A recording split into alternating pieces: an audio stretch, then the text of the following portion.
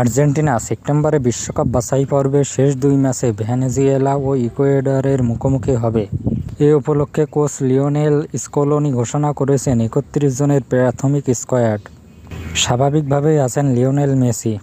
তবে নতুন সংযোজন হিসেবে জায়গা পেয়েছেন পালমেইরাসের striker Jose Manuel Lopez. Lazio forward Valentin কাস্তেয়ানোসের জায়গায় দলে ঢুকেছেন লোপেজ, যিনি এ মৌসুমে 42 ম্যাচে 15 গোল করেছেন।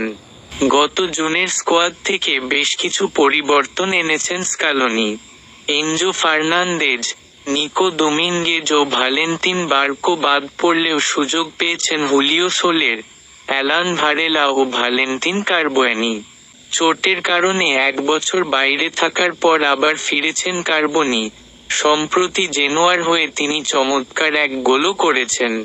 নিষেধাজ্ঞার কারণে নেই ফার্নান্দেজ, আর চোটের কারণে গঞ্জালো মন্তিয়েল ও পাউলো দিবালাকে রাখা হয়নি।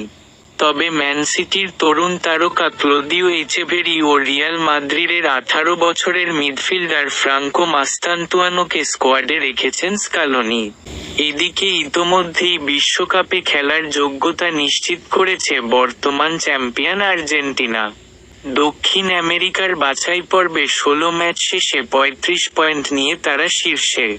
5ই সেপ্টেম্বর ভেনেজুয়েলার বিপক্ষে মাঠে নামবে মেসিরা, আর 10ই সেপ্টেম্বর শেষ ম্যাচে প্রতিপক্ষ ইকুয়েডর।